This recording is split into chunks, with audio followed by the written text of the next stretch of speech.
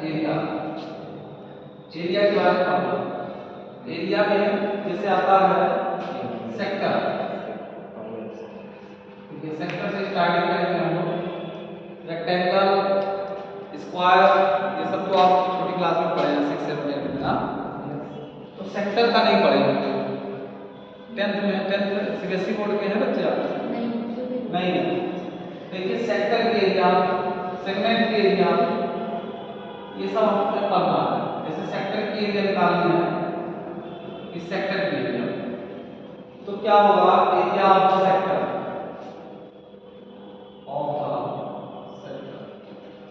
त्रिज्यखंड हिंदी में कहते हैं ना, त्रिज्यखंड हिंदी में कहते हैं, त्रिज्यखंड हिंदी में क्या कहते हैं सर? हिंदी में सेक्टर। अच्छा हिंदी में बताएं? क्योंकि हम लोग अच्छा ओ ये बात लैंग्वेज प्रॉब्लम नहीं पढ़े हैं, तो हिंदी में त्रिज्य कहते हैं ना, त्रिज्यखंड, त्रिज्यखंड। तो हिंदी आप फिगर में देखे होंगे ना, थोड़ा हिंदी में और मिक्स करके पढ़ाएंगे, ठीक है। तो इसमें सेक्टर के एरिया निकालना है, तो कैसे लिखेंगे, theta by 360 into pi r square. अब देखो ये यहाँ पर ये वेक्टर थीटा क्या है, थीटा, थीटा इसे पढ़ते हैं थीटा, क्या पढ़ते हैं, थीटा, थीटा, ठीक है। अब थीटा क्या है, ये एंगल है, कभी 60 डिग्री होगा, कभी 120 डिग्री होगा, कभी 45 डिग्री होगा, ठीक है। तो इसकी जो एरिया होती है वो एंगल पे डिपेंड करती है। तो पहला फार्मूला ये। दूसरा, अगर आपको आर्क, इसे आर्क कहते हैं या ये रोल कहते हैं आर्क, तो आर्क को हम इस तरह से रिप्रेजेंट करेंगे, या इसे कहेंगे आर्क लेंथ, आर्क लेंथ। इसे क्या, theta by 360 into 2 pi r, दूसरा फार्मूला है। आर क्या है, रेडियस है या त्रिज्या, ठीक है। तीसरा है एरिया ऑफ द सेगमेंट। आप नोट कर लीजिए, फिगर से समझ जाएंगे। सेगमेंट क्या होता है, देखिए एक सेक्टर में आएंगे और ये सेगमेंट होगा, ठीक है, ये सेगमेंट होगा। एरिया ऑफ सेगमेंट क्या होता है, सेक्टर की area, area of the sector minus area of ये isosceles triangle of a triangle AOB। इसको लिख सकते हैं theta by 360 pi r square minus 1 by 2 r square sine theta. देखो जी, इसका एक फार्मूला, जब हम सेगमेंट का एरिया निकालेंगे तो theta by 360 pi r square minus half r square sine theta. तो इस तरह से 3 फार्मूले हैं। अगर आप हिंदी में पढ़े होंगे तो ये चीजें नहीं पढ़े होंगे, तो ये है सिलेबस में, ठीक है। इससे रिलेटेड क्वेश्चन भी है।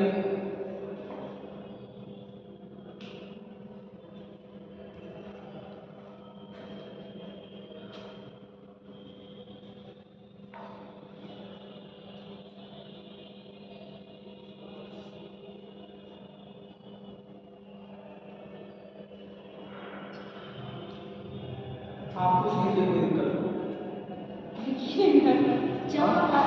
तो कैसे रहे आप आगे आ जाओ।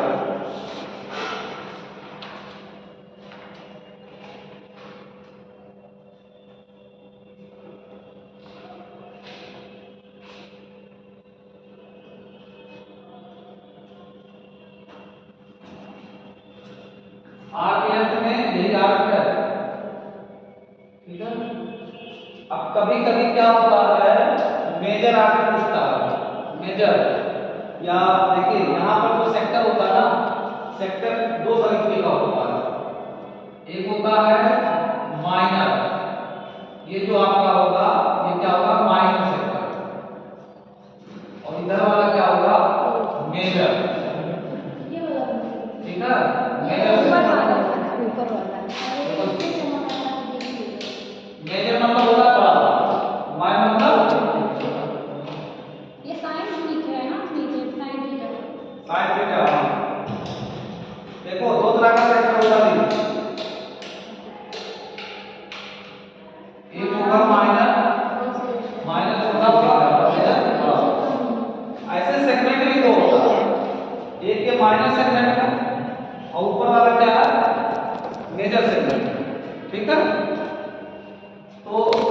मेजर पूछेगा तो क्या करेंगे, सर्कल का एरिया का फॉर्मूला क्या है, पाई आर स्क्वायर होगा। यस सर, हाँ, यस पाई आर स्क्वायर में से माइनस सेगमेंट हटा देंगे तो मेजर सेगमेंट आ जाएगा कि नहीं आ जाएगा, बोलो समझ में आ रहा है। तो सर्कल के एरिया निकाल करके माइनस सेगमेंट माइनस कर देंगे तो मेजर आ जाएगा। ठीक है जी, एरिया के बारे में डिस्कस हम लोग कर रहे हैं। तो सेक्टर और सेगमेंट दो चीजें आप नहीं पढ़े होंगे, ये दोनों बहुत ही इंपॉर्टेंट है। ठीक है, मेजर माइनर सेक्टर और मेजर माइनर सेगमेंट, दो फार्मूले क्लियर हुए कि नहीं, फार्मूले अगर क्लियर होंगे तो क्वेश्चन तो कर ही लेंगे। हाँ यस सर, एक आर्क लेंथ भी क्लियर हो गया। हाँ, त्रिज्या की दूरी, ये तीनों आप देख रहे हो एंगल पे डिपेंड करता है, इस पे डिपेंड करता है एंगल कभी कम ज्यादा रहेगा। तो एंगल के अकॉर्डिंग क्वेश्चन कराएंगे, पहले हम लोग फार्मूले समझ लेते हैं सभी। ठीक है, एक आगे जितने फार्मूले हैं उसी पर हम लोग डिस्कस कर रहे हैं, एक तरह से रिवाइज हो जाएगा।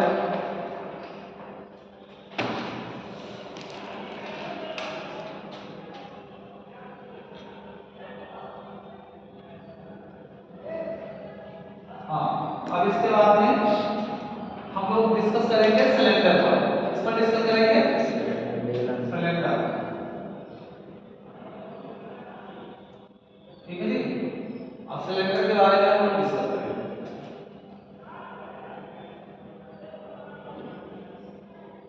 देखिए यहाँ पर देखिए ये एंगल हमेशा 90 होता है, क्या होता है 90। ये होगा हमारा क्या, जनरेटिंग लाइन, कैसी लाइन होगी, जनरेटिंग लाइन। जनरेटिंग मतलब ये रोटेट करके इधर आ जाता है ना, जनरेटिंग लाइन मतलब क्या होता है, रोटेशन होता है। एक्चुअल में पहले रेक्टेंगल शीट लेते हैं, रेक्टेंगुलर मतलब आयताकार शीट होता है, उसको घुमाते हो, घुमाने पर ये वाला यहाँ आ जाएगा, ये वाला यहाँ आ जाएगा, तो जी ऐसे आ जाएगा ना, ऐसे सिलेंडर ऐसे तो बनता है। तो ये 90 होता है, और ये जो होता है इसे क्या कहते हैं, एक्सिस कहते हैं। क्या कहते हैं, एक्सिस। क्या कहते हैं, एक्सिस अक्ष। जनरेटिंग लाइन मतलब हाँ, जनरेटिंग मतलब जो जनरेट करता है, जो बनाता है। ठीक है, अब इसमें आता है क्या, कर्व सरफेस। कर्व समझते हैं, कर्व वक्र, हाँ curve surface area. Curve surface area का मतलब वक्र। हाँ, तो इसमें होता है 2 पाई आर एच, नोट करिए। फिर आता है total surface area. Total surface area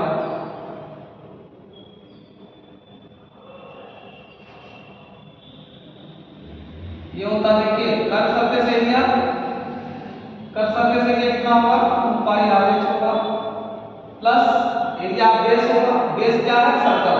क्या है, सर्कल। टॉप क्या है, टॉप भी सर्कल है ना, सर्कल टॉप भी है, बेस भी है ना। अब टोटल करो 2 pi r h plus 2 pi r square h, तो 2 पाई आर कॉमन लेंगे, एच प्लस आर, ये हो जाएगा total surface area of the cylinder. तो फर्स्ट फार्मूला हो गया, सेकंड हो गया, थर्ड आपका बताना है।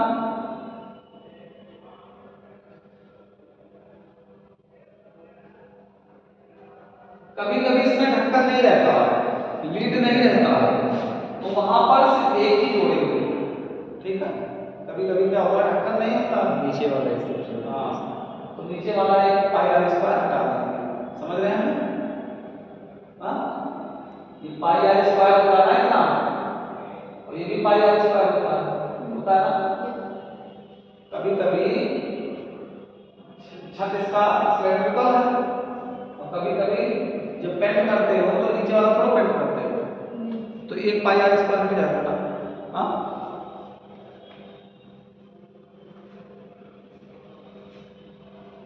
अच्छा दो ही है सिलेंडर। अच्छा हाँ, फिर वॉल्यूम आता है, वॉल्यूम ऑफ सिलेंडर। वॉल्यूम क्या होता है, पाई आर स्क्वायर एच। ठीक है जी। वॉल्यूम ऑफ सिलेंडर क्या होता है, पाई आर स्क्वायर एच होता है। सर ये दूसरा वाला देखिए, ये टोटल सरफेस एरिया, तो इसमें sir 2 pi r square h कहाँ से आ जाएगा दूसरे? टू पाई ये नहीं पाई, ये एच नहीं है, गलती से हो गया।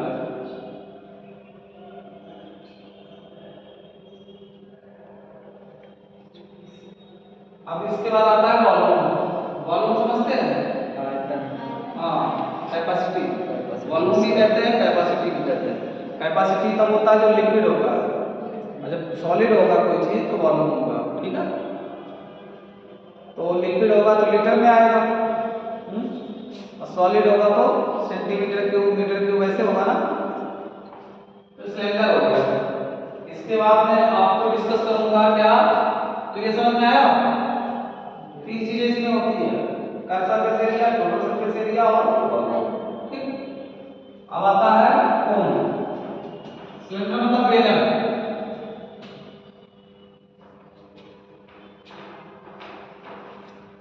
इसके बाद क्या आता है कोन। राइट सर्कुलर कोन क्या कहते हैं इसे, right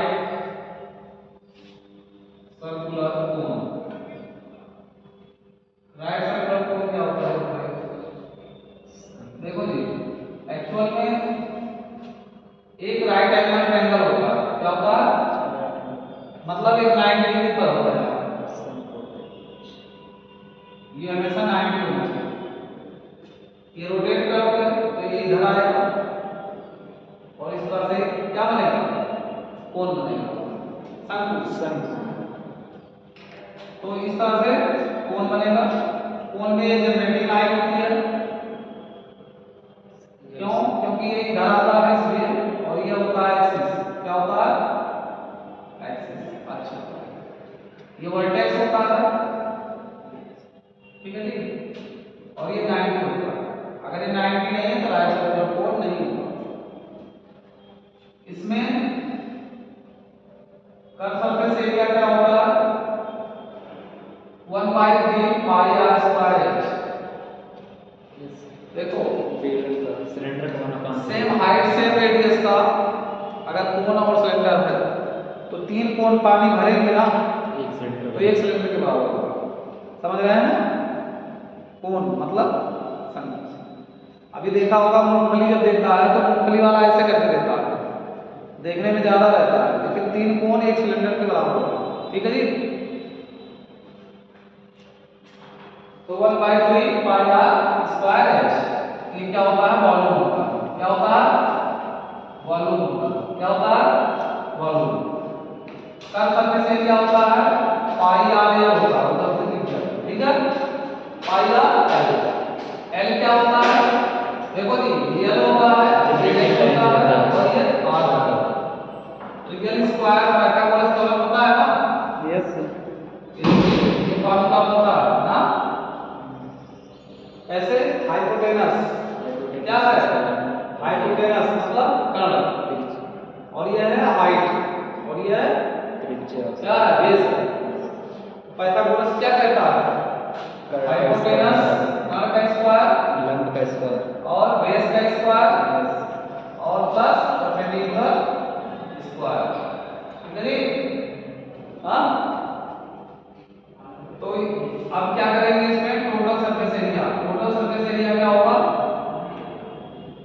curve surface area plus area of the base, क्या होगा, curve surface area. Curve surface area क्या होगा, pi r l, area of the base क्या होगा, पाई आर स्क्वायर। क्यों नहीं, ये सर्कल है ना, बेस क्या है, सर्कल है, सर्कल है, तो पाई आर कॉमन लेंगे, एल प्लस आर आएगा, और एरिया है जस्ट यूनिट। देखिए स्क्वायर क्या होगा, यूनिट, क्या होगा, स्क्वायर यूनिट। ये क्या होगा, क्यूबिक यूनिट, इसका क्या होगा, स्क्वायर यूनिट। क्यों होगा, जब एरिया होता है तो स्क्वायर होता है, और जब वॉल्यूम होता है, वॉल्यूम मतलब आयतन, समझते हैं,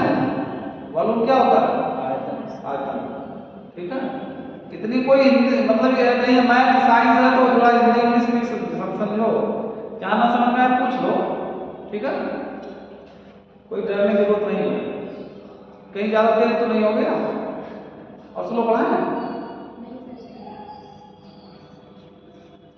आप पढ़े हो, सिर्फ आपको थोड़ा सा क्या करना, रिवाइज करना है ना। आपको इससे पता लगेगा कि हमको क्या क्या पढ़ना है, हाँ? और रिवाइज हो जाएगा।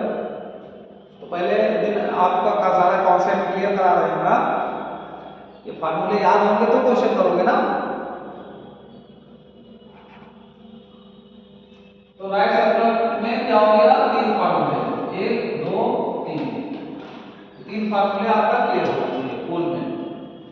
अब इसके बाद हम लोग चलेंगे किसमें, स्फीयर में, गोला स्फीयर।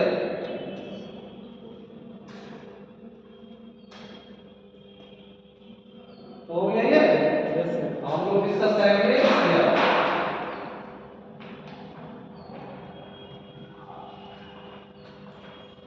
जब सभी फार्मूले क्लियर होंगे तो इस पर क्वेश्चन भी कराएंगे। अब हम लोग पढ़ेंगे the sphere.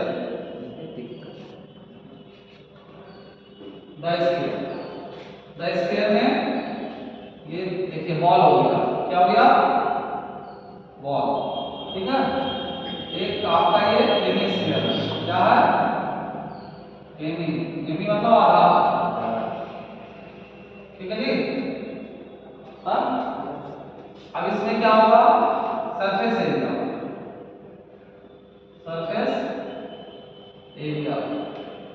Total surface area या सरफेस एरिया बात वही है, 4 पाई आर स्क्वायर हो गया। मतलब एक अगर गोला है ना मून, तो अगर उसको सर्कल बनाया जाए तो सेम रेडियस का 4 बनेंगे, पाई आर स्क्वायर, हाँ। तो total surface area of A sphere का होगा ये। फिर आता है वॉल्यूम, क्या आता है, वॉल्यूम, ये होता है 4/3 पाई आर।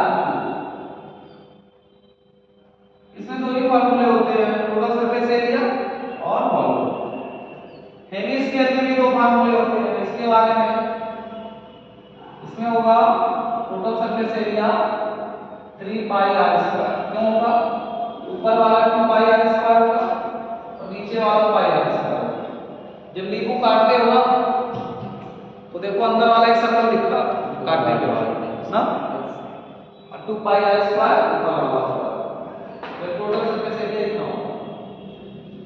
हाँ, इसमें कर्व सरफेस एरिया कितना होता है, 2 पाई आर स्क्वायर,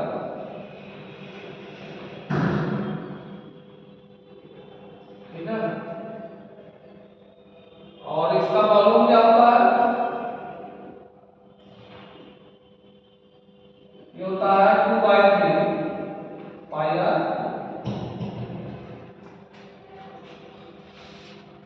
तो इसमें 3 फार्मूले हो जाते हैं, 1 2 3। हेमिस्फीयर मतलब अर्धगोला, अर्धगोला, आधा गोला।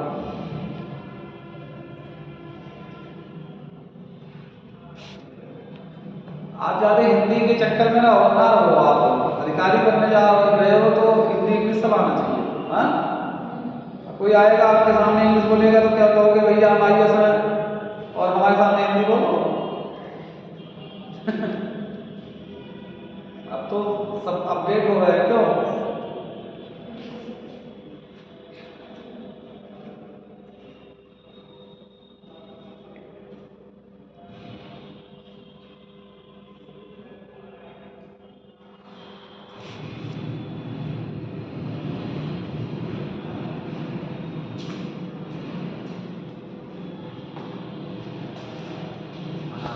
हेमिस्फीयर हेमिस्फीयर में नींबू काटोगे तो इसका पार्ट 2 पाई आर स्क्वायर होगा, उसे कर्व सरफेस एरिया बोलेंगे।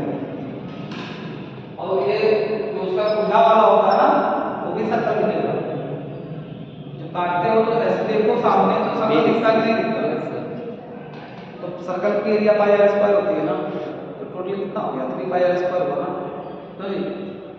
अरे भाई ये 2 पाई आर स्क्वायर होगा और पाई आर स्क्वायर होगा, दोनों मिलकर टोटल सरफेस एरिया होगा कि नहीं होगा,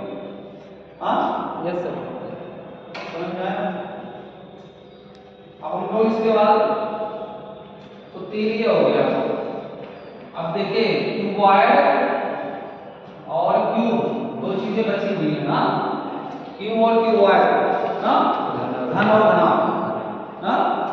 तो क्यूबॉइड इसमें पहले डिस्कस करेंगे हम लोग क्यूबॉइड। देखिए छोटी क्लास में क्यूबॉइड और क्यूब पहले बताया जाता है और मैं आपको बता रहा हूँ, ठीक है। क्यूबॉइड के बारे में देखिए, घनाभ के बारे में, इसमें टोटल सरफेस एरिया होता है 2 LB BH HL, मतलब ये कमरा आपका क्या है, क्यूबॉइड है क्या, जिसमें लेंथ विड्थ हाइट है। ये लेंथ हो गई, ये विड्थ हो गई और ये हाइट हो गई, ठीक है जी। तो इसमें कुल कितने फेस हैं, 6 है ना, 4 तो वाल हो गया और ऊपर नीचे 6 हो गया, ठीक। अब जब फर्श निकालोगे, फर्श का एरिया तो क्या करोगे, लेंथ इंटू विड्थ होगा, तो जो फर्श का एरिया होगा वो छत का एरिया होगा, क्यों जी, हाँ। तो 2LB हो गया कि नहीं हो गया, ऐसे इसमें क्या होगा, लेंथ होगा और हाइट होगी, LH होगा, LH होगा, 2LH हो गया। इसमें क्या होगा, विड्थ होगी और हाइट होगी, 2BH हो गया, क्लियर, बोलो। थोड़ा सरफेस एरिया होगा। फिर आता है लेटरल सरफेस एरिया, क्या आता है, लेटरल सरफेस एरिया, इसको कहते हैं एरिया ऑफ 4 वॉल्स। इसका मतलब समझते हैं, चारों दीवारों का क्षेत्रफल क्या होता है, ये चारों दीवारों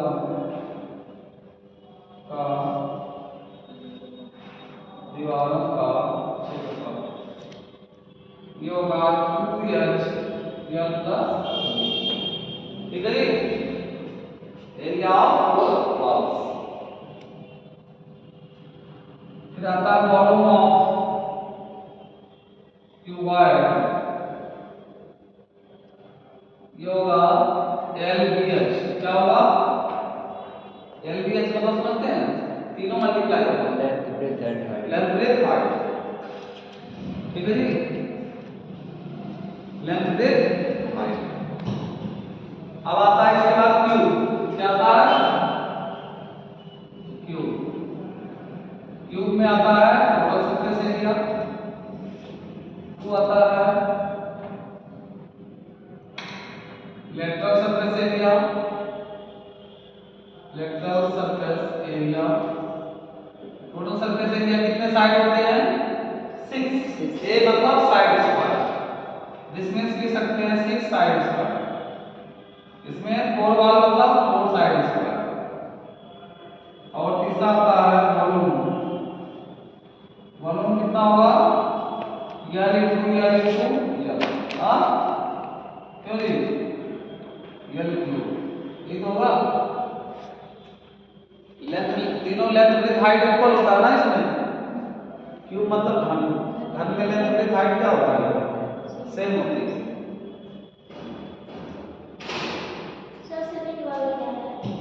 lateral surface area, lateral surface area क्या होता है, यहाँ लिखा हुआ है, एरिया ऑफ 4 वॉल, चारों दीवारों का क्षेत्रफल। अब 2 मिनट आप रिवाइज करेंगे, इतना करने के बाद बताओ एरिया आया समझ में कि नहीं आया, कुछ आपने पढ़ा था कुछ नहीं पढ़ा था, क्यों जी,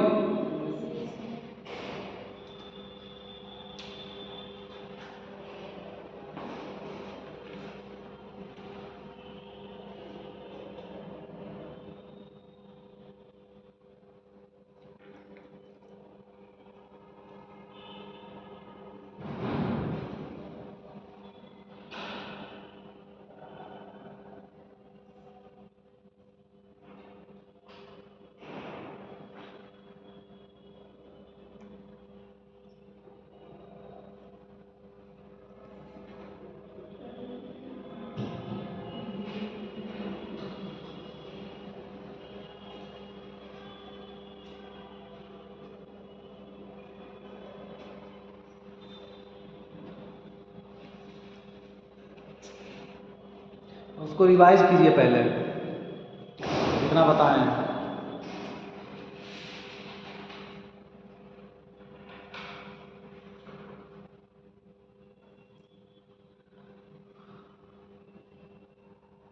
इसके बाद मैं क्वेश्चन करता हूँ।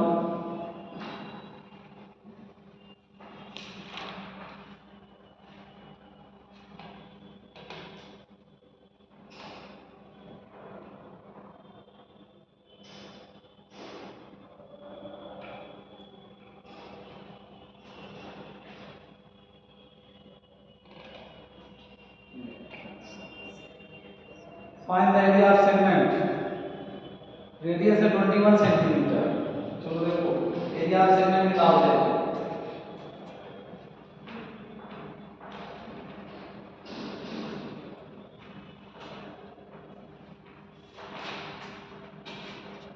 देखो जी एक हमारे पास फिगर है, इसकी एरिया हमें बतानी है और ये एंगल है 120। तो एरिया ऑफ सेगमेंट कैसे निकालोगे? थीटा एरिया हाँ pi r square segment theta by 360 pi r square half r square sine theta 120 by 360 pi मतलब 22 बाय 7 रेडियस 21 कितना है 21 तो वाली लिखेंगे ना, यहाँ आर स्क्वायर भी होता है हाफ 21 इंटू 21 साइन 120। चलो इसको सॉल्व करके बताओ। साइन 120 क्या होगा? देखिए साइन 180 माइनस 60 ये होगा, दूसरे में जाएगा, दूसरे में साइन पॉजिटिव ये आएगा दूसरी बाई, ठीक है। अब इसी को करना है, इसको काट दो तो ये आएगा 7 3 या 21 एक कट जाएगा ना 22 इंटू 21 आएगा और यहाँ देखिए माइनस 1/2 21 इंटू रूट 3/2 और रूट 3/2 क्या होता है 1.7 इंटू बाई, ये काटोगे 0.866 22 21 माइनस 1/2 इंटू 21 इंटू 0.866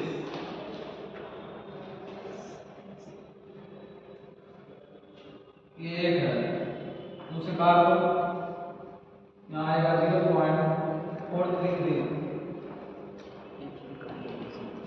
इसको मल्टीप्लाई करेंगे 21 देखिए 2 से कर लो 2 4 2 4 2 6 4 4 6 2 माइनस 21 का स्क्वायर कितना होता है? सही है हाँ, अरे 20 का कितना होता है 400 और इसका मिलेगा 0.433 मल्टीप्लाई करके माइनस करो हाँ,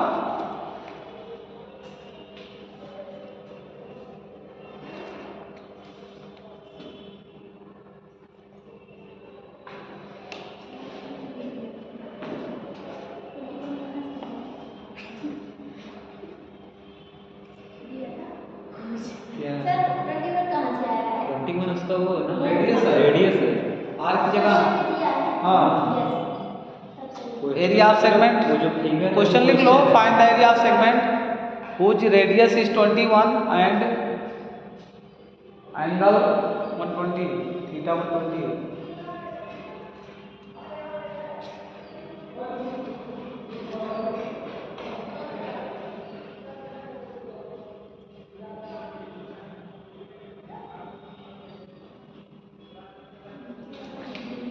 समझ में आ रहा है आप लोगों को? कुछ नया लग रहा है ना? ये वाला नया लग रहा है फॉर्मूला, इसीलिए तो पढ़ा रहे हैं इसको। एक्चुअल में एनसीईआरटी सीबीएसई में है ना,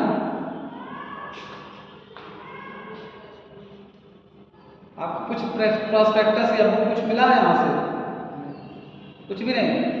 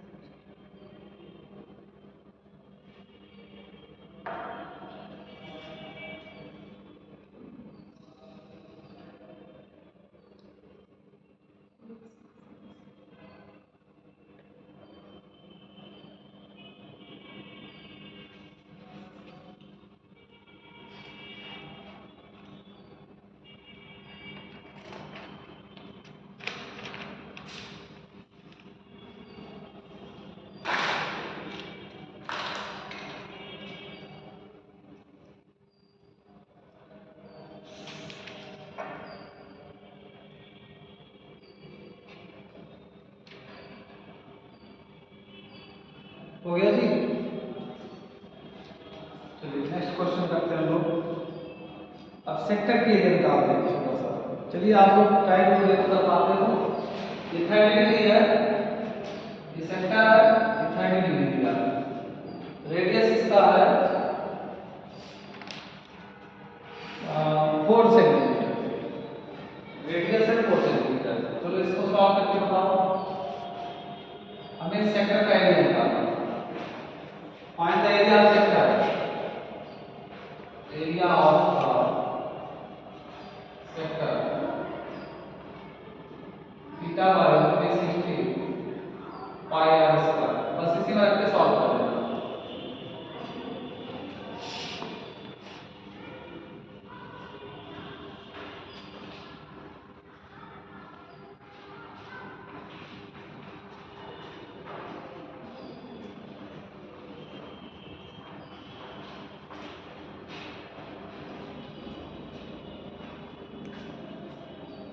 अच्छा हीरोन फार्मूला पढ़े हैं कि नहीं? वो भी नहीं पढ़े हैं। हीरो का हाँ ये वाला, एक ये वाला एरिया बहुत है। ये देखिए s minus a s minus b ये किसके लिए होता है? जब ट्रायंगल फ्रंट होती है। a साइड है, b है, c है। a होता है, b होता है, c होता है। b के सामने b होता है, a के सामने a, c के सामने c। यस होता है a plus b plus c, 2s। Yes होगा a plus b plus c by. इसे पेरीमीटर कहते हैं, परिमाप। ये किसके लिए होता है? जब साइड डिफरेंट होती है। स्केलिंग ट्रायंगल, विषमबाहु त्रिभुज। हाँ, एक ये एरिया इसे निकालते हैं। एक होता है, इसे बोलते हैं हीरोन फार्मूला। क्या बोलते हैं? Heron formula. जब सभी साइड अलग अलग होती है। दूसरा है एरिया ऑफ इक्विलेटरल ट्रायंगल।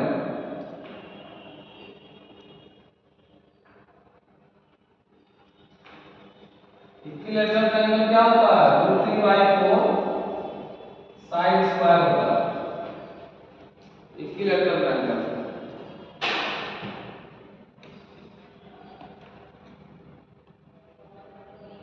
और इस पर क्वेश्चन करना है, कैसे करोगे?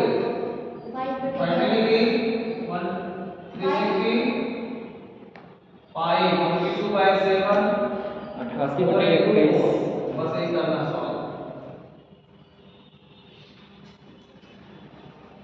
तो एरिया से क्वेश्चन आता है, क्यों जी?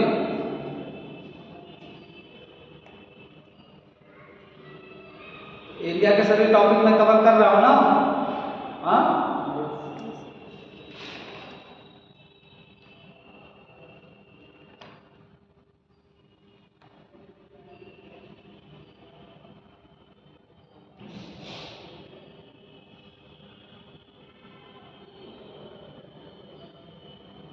अब इससे रिलेटेड आप क्वेश्चन पढ़ेंगे तो समझ में आएगा। हाँ, अब मैं शुरू करने जा रहा हूँ कोऑर्डिनेट ज्योमेट्री। क्या? कोऑर्डिनेट ज्योमेट्री, निर्देशांक ज्यामिति। रुक जाइए सर, लिखिए। बस खटाखट लिखते जाओ, घर पे रिवीजन करो, क्वेश्चन उसके करो।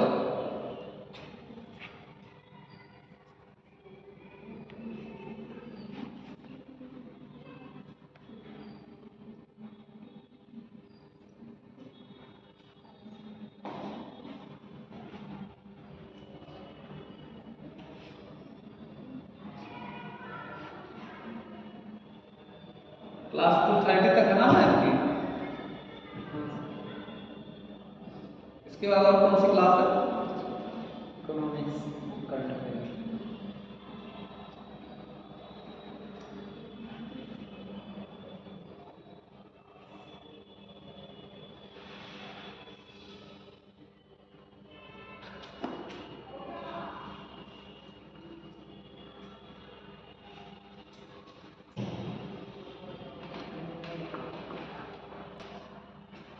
चलिए देखिए कोऑर्डिनेट ज्योमेट्री।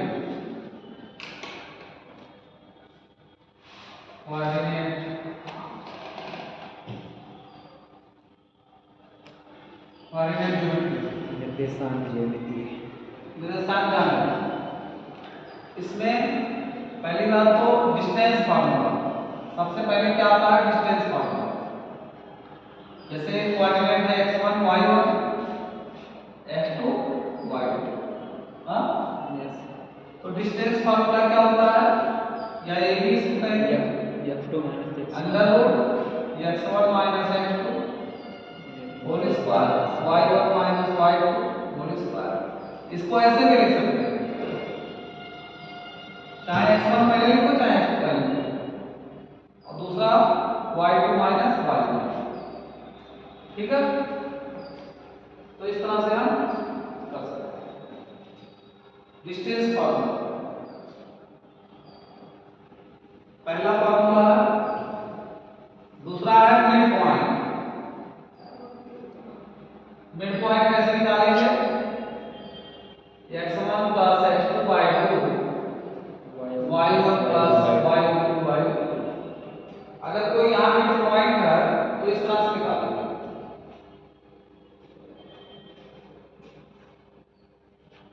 ये हो जाएगा second.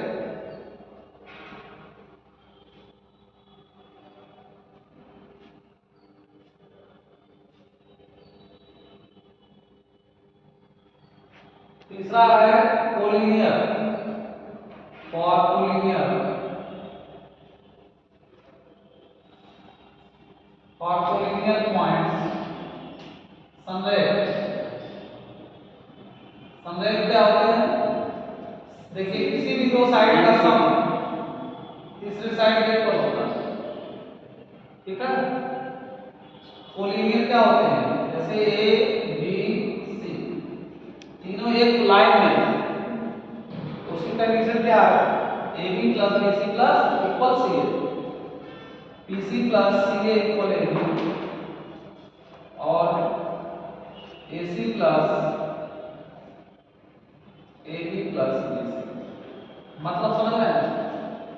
Some of two side is greater than third side. दो साइड का सम तीसरी साइड के इक्वल होगा तो कोलिनियर होगा। समझ रहे हैं? कोई भी दो साइड का सम, साइड मतलब लेंथ, लेंथ निकालने का फार्मूला दिया है ना। हाँ, बोलो। Yes sir. इसमें इन केस में क्या होगा? Triangle not possible. इस केस में क्या होगा? Triangle is not possible. Triangle is not possible. ठीक है, कभी ट्रायंगल पॉसिबल नहीं होता है। दो साइड का सम तीसरे साइड के अगर इक्वल है तो ट्रायंगल संभव। मिड पॉइंट में जैसे इसका मिड पॉइंट निकालना है तो पहला वाला पहला तरफ जोड़ दो, दो से भाग दो,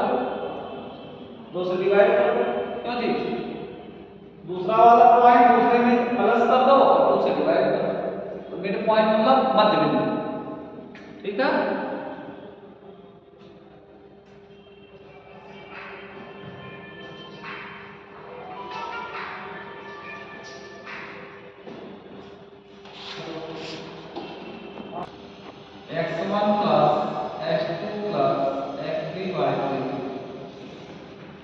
y1 plus y2 plus y3 by 3. Centroid, ये सेंट्रॉइड इसका तीनों प्लस करके 3 से डिवाइड करेंगे तो सेंट्रॉइड बन जाएगा। ठीक है जी।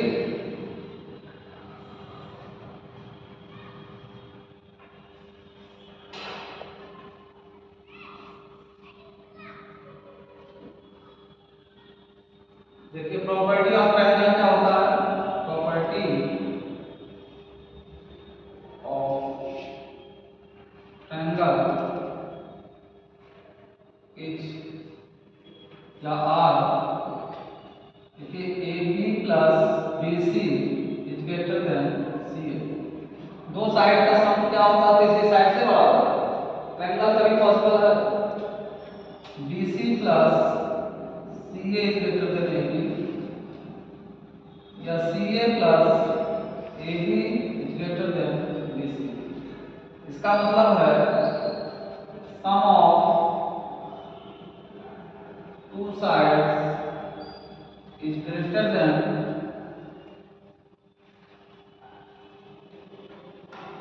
Third side. एक प्रॉपर्टी है। दूसरा है A B minus B C is less than C A, B C minus C A is less than A B, C A minus A B is less then B C. ये क्या कहता है? Difference of two sides is less then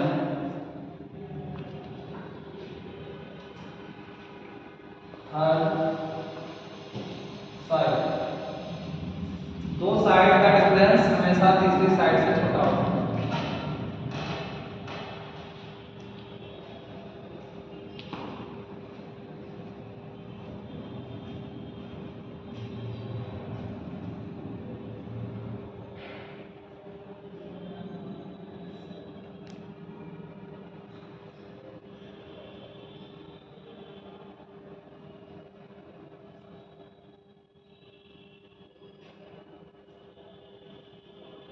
दो side का difference, अंतर, difference मतलब अंतर होता है ना, असम मतलब जोड़। दो साइड का डिफरेंस तीसरी साइड से छोटा होता है। ये तभी ट्रायंगल पॉसिबल होता है, अदरवाइज नहीं होता। चौथा पॉइंट है इन केस ऑफ ट्रायंगल। हमने लिखा है प्रॉपर्टी ऑफ ट्रायंगल।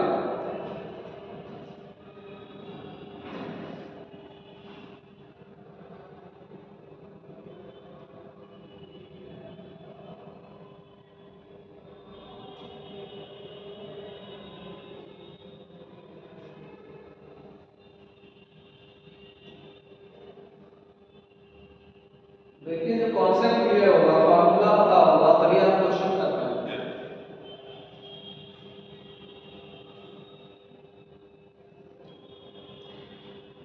क्वेश्चन घुमा घुमा के पूछा जाता है तो आपको प्रैक्टिस करना है। तो इन सब फॉर्मूले से क्वेश्चन उठते हैं।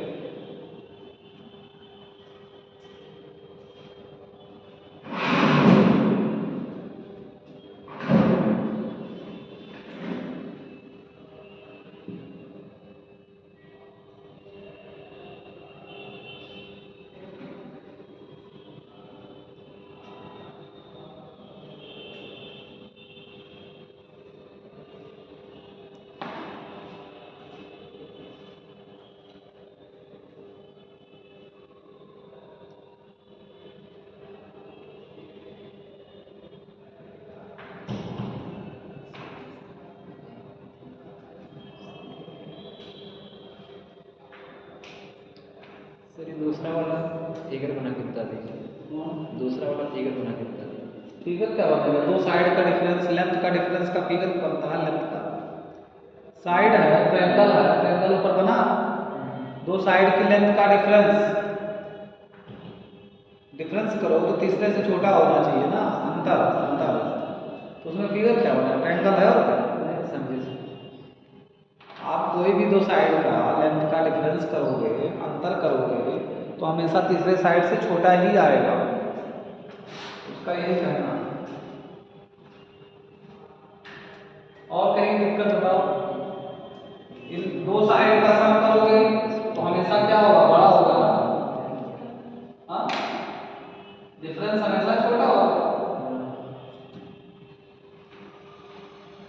अब देखो किसी भी पॉइंट को रेशियो में कैसे बांटते हैं, अनुपात में कैसे बांटते हैं।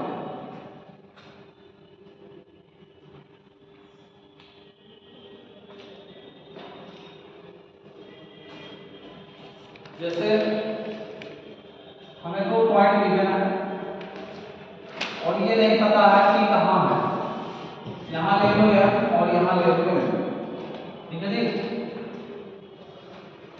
ये x1 हो गया, y1 हो गया, x2 हो गया, y2 हो गया। इतनी पॉइंट में कोऑर्डिनेट कैसे निकालोगे? देखिए mx2 nx1 नीचे m प्लस है, ठीक है जी। हाँ, इसका इसके साथ, इसका इसके साथ, हाँ, फिर ऐसे इसका y के साथ my2 ny1 m प्लस।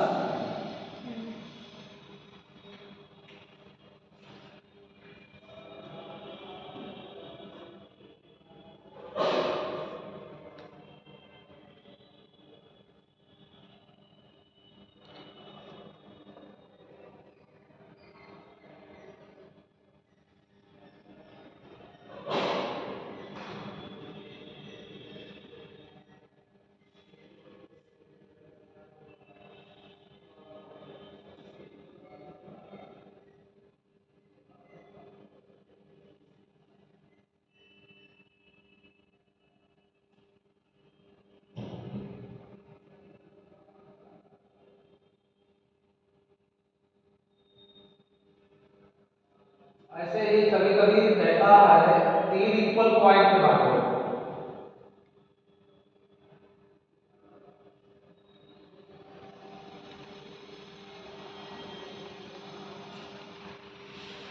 ऐसे तीन इक्वल साइड में आपको बांटना है और पहले और आखिरी का दिया रहता है, पहले और आखिरी का दिया रहता है। कैसे करोगे? ऐसे केस में ये हमारा दो हिस्सा होगा, ये एक हिस्सा होगा, क्यों जी? तो ये हमारा m क्या होगा, बोलो। ऐसे केस में c निकल जाएगा कि नहीं? हाँ, अगली बार जब b निकालेंगे तब फिर क्या करोगे? तो ये दो हिस्सा हो जाएगा और ये वन हिस्सा, ठीक है। यहाँ n इक्वल 1 हो जाएगा, n इक्वल 2 हो जाएगा, तो b निकल आएगा, समझ में आएगा? हाँ,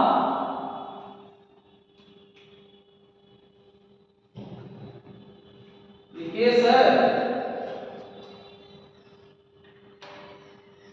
ये केस फर्स्ट, सेकंड में भी a और b, फिर ऐसे है थर्ड, केस थर्ड, कभी रहता है इक्वल 4 इक्वल पार्ट में,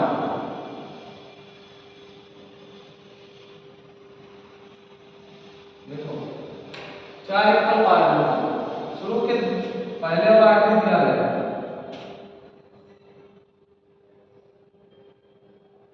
तब क्या करोगे? ये और ये सेम रहेगा कि नहीं?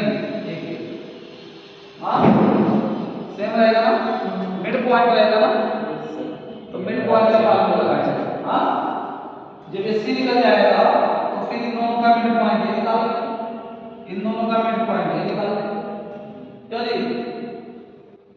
हाँ, तो 4 इक्वल पार्ट मिल जाएगा कि नहीं मिल जाएगा?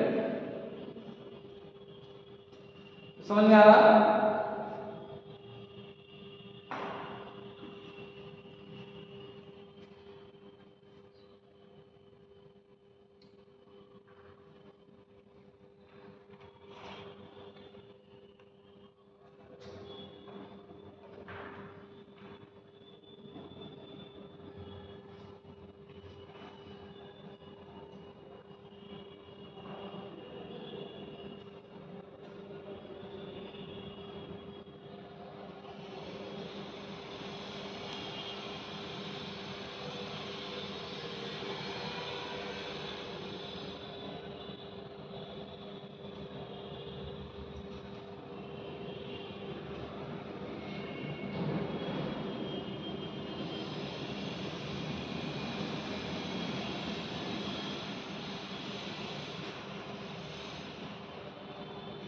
अब इसके बाद कुछ आपको क्वेश्चन बताना चाह रहे हैं दूसरे टाइप से।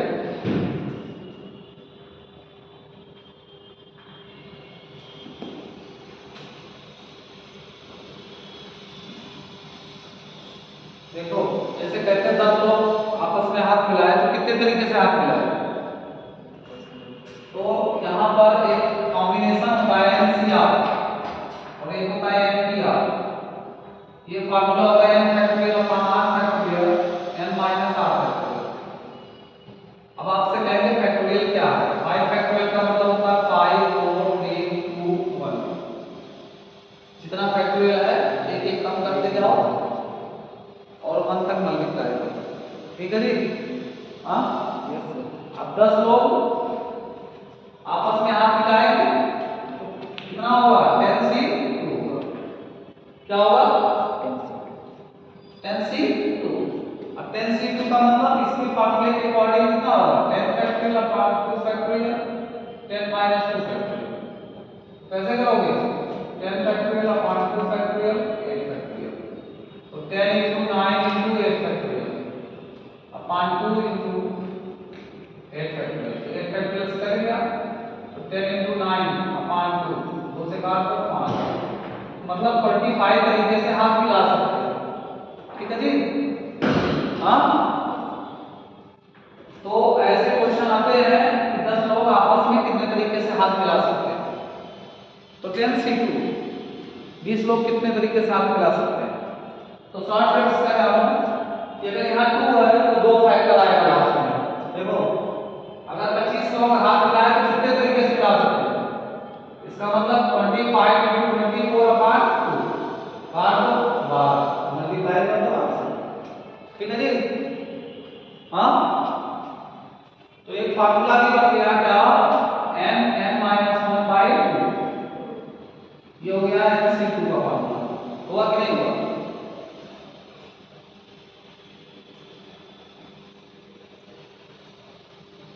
अगर आप C का पढ़ते होंगे तो इससे क्वेश्चन मिले होंगे कि 10 लोग आपस में हाथ मिलाएं तो कितने तरीके से मिलाएंगे। हाँ,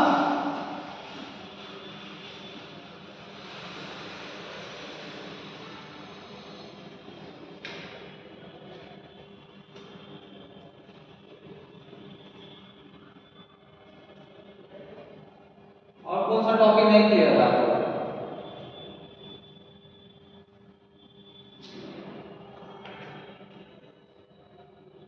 C मतलब कॉम्बिनेशन और P मतलब परम्यूटेशन।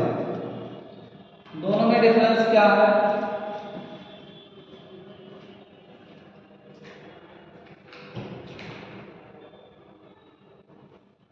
देखिए,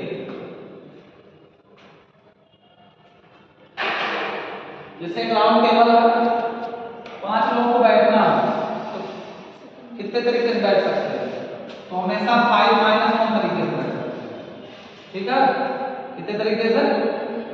मतलब 4 फैक्टोरियल। 4 फैक्टोरियल मतलब 4 into 3 into 2 into 1 कितना होगा? 24। समझ में आया? बोलो। हाँ, 1 क्यों किया माइनस? एक आदमी तो हमेशा फिक्स रहेगा ना। हाँ, जो राउंड टेबल की तरफ बैठोगे 5 लोग, तो पहले एक आदमी कहीं ना कहीं बैठेगा कि नहीं बैठेगा, वो तो उठेगा नहीं, फिक्स रहेगा। बाकी 4 लोग नाच के कहीं भी बैठ सकते हैं आगे पीछे, क्यों जी? हाँ, तो 4 फैक्टोरियल आएगा, 5 लोग बैठेंगे, 10 लोग बैठेंगे तो 10 माइनस। समझ में आया? रीजनिंग ऐसे क्वेश्चन आएंगे। हाँ, हमेशा राउंड टेबल की तरफ से बैठेंगे चारों तरफ, तो एक आदमी हमेशा फिक्स रहेगा, क्यों जी? एक आदमी हमेशा फिक्स रहेगा, तो उतने फैक्टोरियल कर देंगे।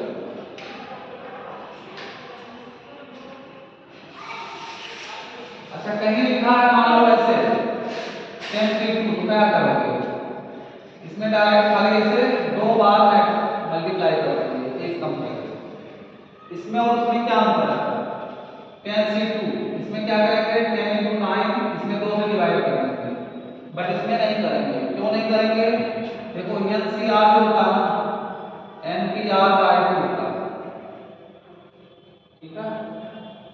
देखो दोनों में रिलेशन है, समझ रहे हैं? हाँ, नहीं, एक रिलेशन होता है हमेशा। NCR क्या होता है? NPR/2 होता है। क्या होता है? NCR क्या होता है? NPR/2 होता है। हाँ, अभी देखो मैं 10 की बात कर रहा हूँ, 10C2 तो 10P2/2 मतलब इसका आंसर क्या बोला हूँ? 10×9/2 आया कि नहीं आया? आया कि नहीं आया? हाँ, बोलो जी। 10P2 अभी तो बोला ना, 10 × 9 करो। हाँ हाँ, तो NCR और देखो NCR और NPR किसमें ज्यादा आंसर आना चाहिए? NPR में ज्यादा आएगा ना? हाँ, क्यों? P मतलब परम्यूटेशन मतलब अरेंजमेंट, और कॉम्बिनेशन का मतलब C मतलब कॉम्बिनेशन। दोनों में अंतर क्या है? देखो जी, जैसे तीन आपके पास लेटर है, ABC 3 लेटर है, 3 में से 2 लेना है, 3 में से 2 लेना है, ABBCCA, तो ये कॉम्बिनेशन हो गया ना? यहाँ क्रम का ध्यान नहीं देते हैं, लेकिन 3 में से 2 लेना है, अरेंजमेंट करना है। क्या करना है?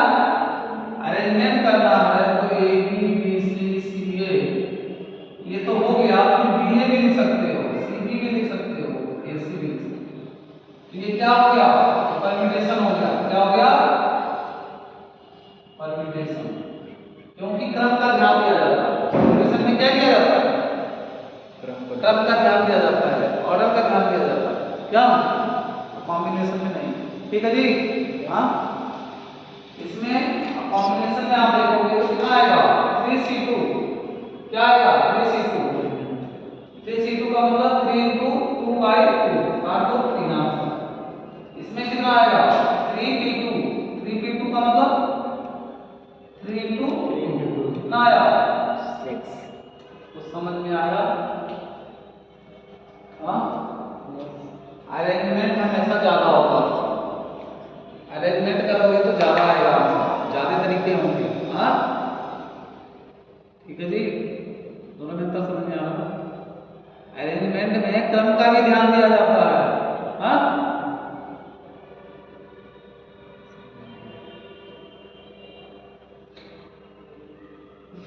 आप लोग मैथ्स किस क्लास तक पढ़े? 12th मैथ पढ़े हैं? और आप? हाँ, तो आप हो सकता है, लेकिन मैं बेसिक पढ़ा रहा हूँ, स्टार्टिंग पहला पन्ना पढ़ा रहा हूँ चैप्टर का। क्यों जी? 11 में पहला पन्ना है, 11th में है ये, लेकिन पहला पन्ना है, पहला इंट्रोडक्शन पढ़ा रहा हूँ ना, कॉम्बिनेशन परम्यूटेशन, क्योंकि है सिलेबस में, तो इसलिए मैं बेसिक चीजें बता रहा हूँ। ठीक, कि जब परम्यूटेशन लेंगे तो क्रम का ध्यान देंगे।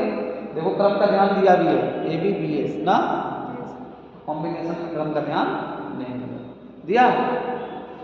हाँ, समझ गए?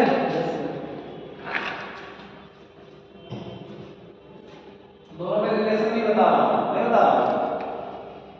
चलो कुछ और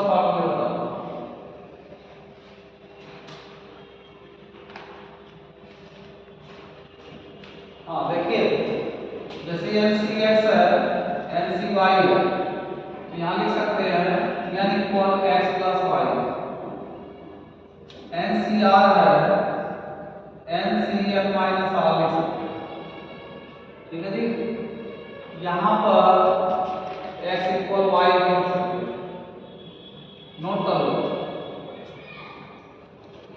पहला फार्मूला, दूसरा फार्मूला, तीसरा formula, NCR NPR upon R।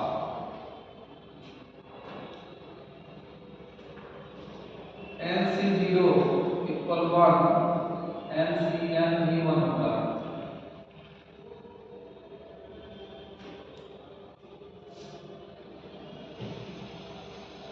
ये तो लिख ही दीजिए आप, NCR n factorial upon R factorial n minus R, n factorial upon n minus R factorial. जो चीज नहीं लिखे हो तो नोट लो।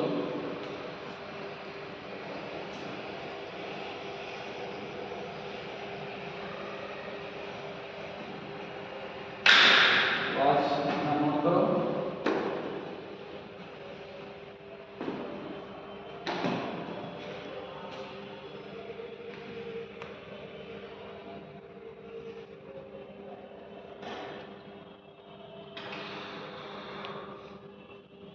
अब जब आप सी सेट का कोई बुक रखे होंगे उस पे जाइए और मिलाइए क्वेश्चन, इससे मिलता है कि नहीं मिलता है, क्यों जी?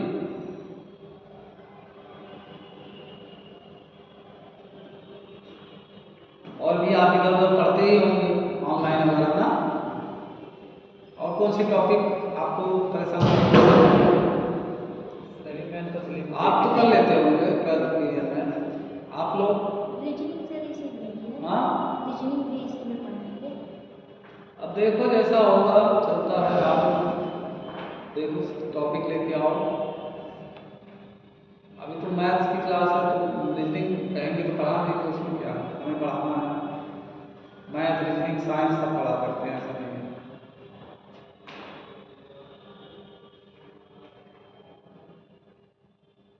तो ये पर्सनल वीडियो बनाते हो क्या?